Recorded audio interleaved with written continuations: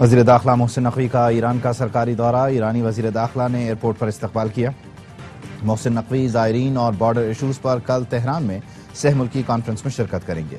Conference میں ایران اور عراق کے وزرائے داخلہ بھی شریک ہوں گے۔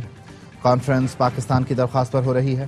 وزیر داخلہ محسن نقوی ایران کے صدر مسعود پزشکیان سے بھی ملاقات کریں گے۔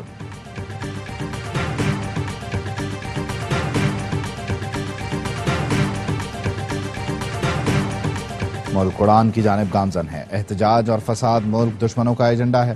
وفاقی وزیر احسن اقبال کہتے ہیں بانی پی ٹی آئی سیاسی قیدی نہیں، 190 ملین پاؤنڈ چرانے کے مجرم ہیں۔ بانی کی چوری پکڑی گئی جو دنیا کی شفاف ترین دستاویزی چوری ہے۔ اپنے لیڈر کی رہائی کا مطالبہ کرنے کے بجائے اڈیالہ جا کر گریبان پکڑیں۔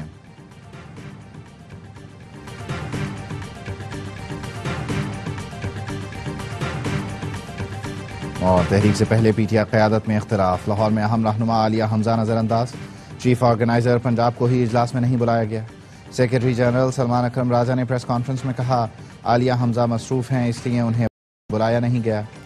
عالیہ حمزہ کی ایکس پر تنزیہ پوسٹ، لکھا پارٹی قیادت کا کہنا ہے میں مصروف تھی، ایسی مصروفیات جن کا شاید بھی نہیں تھا۔ تحریک شروع ہو گئی، 90 دن کا وقت ہے، پھر آر یا پار کریں گے۔ 5 اگست تک تحریک کو عروج پر لے کر جائیں گے۔ آئیں بیٹھیں اور دلائل سے بات کریں۔ وزیر اعلیٰ خیبر پختونخوا علی امین گنڈاپور نے پیشکش کر دی۔ لاہور میں نیوز کانفرنس میں کہا بانی خود پر ہونے والے ظلم کے باوجود پاکستان کے لیے مذاکرات پر تیار ہیں۔ بات صرف ان سے ہوگی جن کے پاس اختیارات ہیں۔ 5 اگست تک تحریک کو عروج پر لے کر جائیں گے۔ اگر میں نے ملک کے خلاف سازش کی ہو تو چوک پر لٹکا دیں۔ علی امین گنڈاپور نے مولانا فضل الرحمان کو فارم 47 کا MNA قرار دیتے ہوئے اپنے بھائی سے الیکشن لڑنے کا چیلنج بھی دے دیا۔ کہا مولانا ہار گئے تو انہیں سیاست چھوڑنا ہوگی۔ علی امین گنڈاپور کی لاہور سے پشاور واپسی۔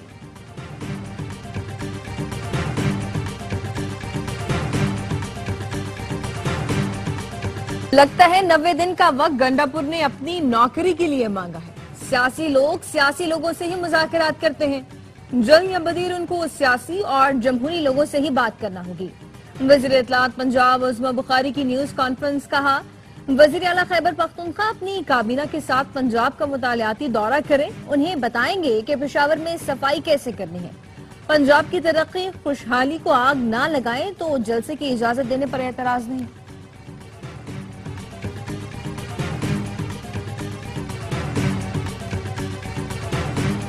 مولانا فضل الرحمان پر الزام لگانے والے بتائیں خود کس کے NOC پر وزیر اعلیٰ بنے۔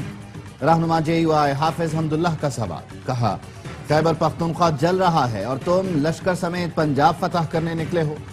پختونخوا کے عوام لاشیں اٹھا رہے ہیں اور آپ کو بسکٹ کھانے سے فرصت نہیں۔ تمہاری حکومت دولت اور طاقت کے بل پر قائم ہے۔ گورنر فیصل کریم کنڈی کہتے ہیں اپوزیشن کے پاس نمبر گیم پوری ہو تو ہر صوبے میں تبدیلی آ سکتی ہے۔ ریہرسل سینٹ الیکشن میں ہوگی۔ مولانا فضل الرحمان اور نون لیگ سے صوبے کی سیاسی صورتحال پر بات ہوئی ہے۔ امید ہے سینٹ الیکشن اپوزیشن جماعتیں مل کر لڑیں گی۔ پنجاب میں حکومت اور اپوزیشن کا اجلاس بے نتیجہ ختم۔ سنی اتحاد کونسل کے 26 معطل ارکان سے متعلق کوئی پیش رفت نہ ہو سکی۔ اسپیکر پنجاب اسمبلی ملک احمد خان کی زیر صدارت حکومت اور اپوزیشن کی مذاکراتی کمیٹیوں کا اجلاس۔ میڈیا سے گفتگو میں مجتبیٰ شجاع الرحمان نے کہا آج اپوزیشن ارکان سے اچھی گفتگو ہوئی ہے، دوبارہ اجلاس ہوگا۔ آئندہ 1 ہفتے میں مسئلے کا حل نکل آئے گا۔ چاہتے ہیں ارکان معطلی کا معاملہ حل ہو جائے، کسی اور فورم پر نہ جائے۔ اپوزیشن لیڈر ملک احمد بھچر نے کہا معطل ارکان کی بحالی سے متعلق کبھی کچھ نہیں کہہ سکتا، گالی دونوں طرف سے دی گئی، دفاع نہیں کیا جا سکتا۔ بلال یاسین نے کہا علی امین گنڈاپور اچھے بچے بن کر لاہور سے واپس چلے گئے، مذاکرات سے ہی سیاسی مسائل کا حل نکلتا ہے۔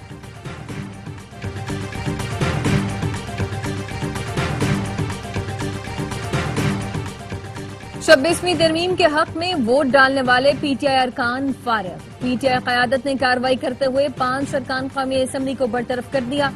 نوٹیفیکیشن جاری۔ اورنگزیب کھچری، مبارک زیب، عثمان علی، ظہور قریشی اور الیاس چودھری کو پارٹی سے نکال دیا گیا۔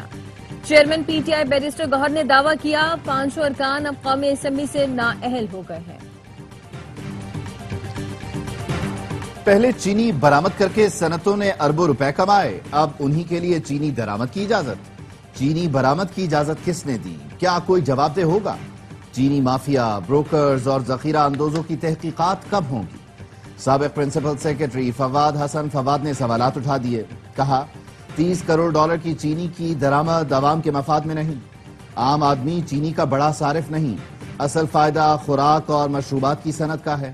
فیصلے پر نظر ثانی کی ضرورت ہے، قیمتوں پر کنٹرول میں ناکامی چینی درآمد کی دلیل نہیں بن سکتی۔ میں وزیر تعلیم ہوں، تعلیم سے اتنا تعلق ہے کہ کبھی زیر تعلیم رہا ہوں۔ چیئرمین MKM پاکستان خالد مقبول صدیقی کا کراچی میں تقریب سے خطاب، کہا کراچی والوں سے تعلیم کا حق چھینا گیا، ہم قسطوں میں اپنا حق واپس لے رہے ہیں، گھبرائیں نہیں، حالات تبدیل ہو رہے ہیں، اب کوٹا سسٹم کے ذریعے کوئی کراچی والوں کو تعلیم سے نہیں روک سکتا۔ کراچی کو بائی پاس کرنے والے نے پاکستان کو بائی پاس کیا۔ کراچی نمبر پلیٹ نہیں چاہیے، سڑکیں بناؤ، نمبر پلیٹ کے نام پر کرپشن کا دھندا فوری بند کیا جائے۔ جماعت اسلامی کی کراچی میں موٹر سائیکل ریلی، منعم ظفر کی قیادت میں موٹر سائیکل سوار 5 سٹار چورنگی سے بنس روڈ فریسکو چوک تک گئے۔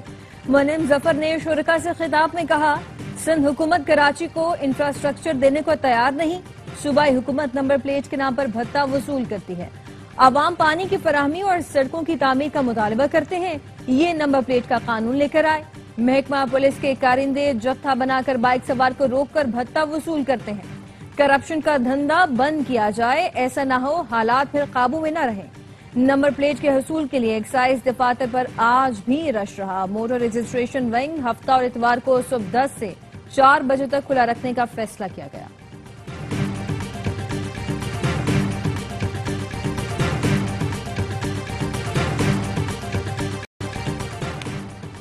توانائی بحران سے نکلنے کے لیے سندھ کے پاس وافر وسائل موجود ہیں۔ سندھ کو اختیار اور سہولتیں دی جائیں تو توانائی کے شعبے میں انقلاب لایا جا سکتا ہے۔ تھر کا کوئلہ کئی دہائیوں تک پاکستان کی بجلی کی ضروریات پوری کر سکتا ہے۔ سندھ کے سینئر وزیر شرجیل میمن کہتے ہیں کراچی کے لیے 2 نئے سولر پارکس کی منصوبہ بندی کی جا رہی ہے۔ وفاقی حکومت صوبے کے منصوبوں کی راہ میں حائل رکاوٹیں دور کرے۔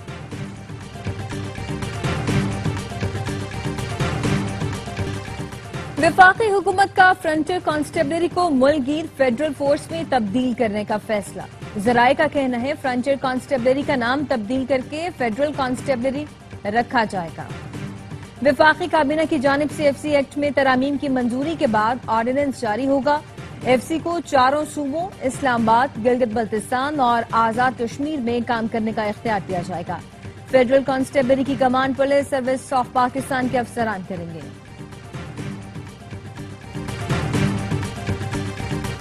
وزیر مملکت برائے داخلہ طلال چودھری فیصل آباد میں بلوچستان میں شہید ہونے والے شہری کے گھر پہنچ گئے، کہا بھارت نے جب سامنے سے حملہ کیا تو منہ کی کھائے، اب پراکسیز کے ذریعے حملہ آور ہے، ان پراکسیز کا بھی وہی حال ہوگا جو آپریشن سندور کرنے والے جہازوں کا ہوا تھا۔ باجوڑ میں امن کے لیے بڑا اجتماع، ہزاروں افراد کی شرکت۔ سپورٹس کمپلیکس خار میں عوام کا زبردست اظہار یکجہتی، مختلف سیاسی رہنماؤں کی شرکت، وزیر اعظم کے مشیر مبارک زیب بھی شریک ہوئے۔ رہنماؤں کا بدامنی کے خلاف تحریک چلانے کا اعلان، اگلا اجتماع اسلام آباد میں ہوگا۔ سفید جھنڈے اٹھائے شرکاء کے امن کے لیے نعرے، ضلع بھر میں شٹر ڈاؤن اور پہیا جام۔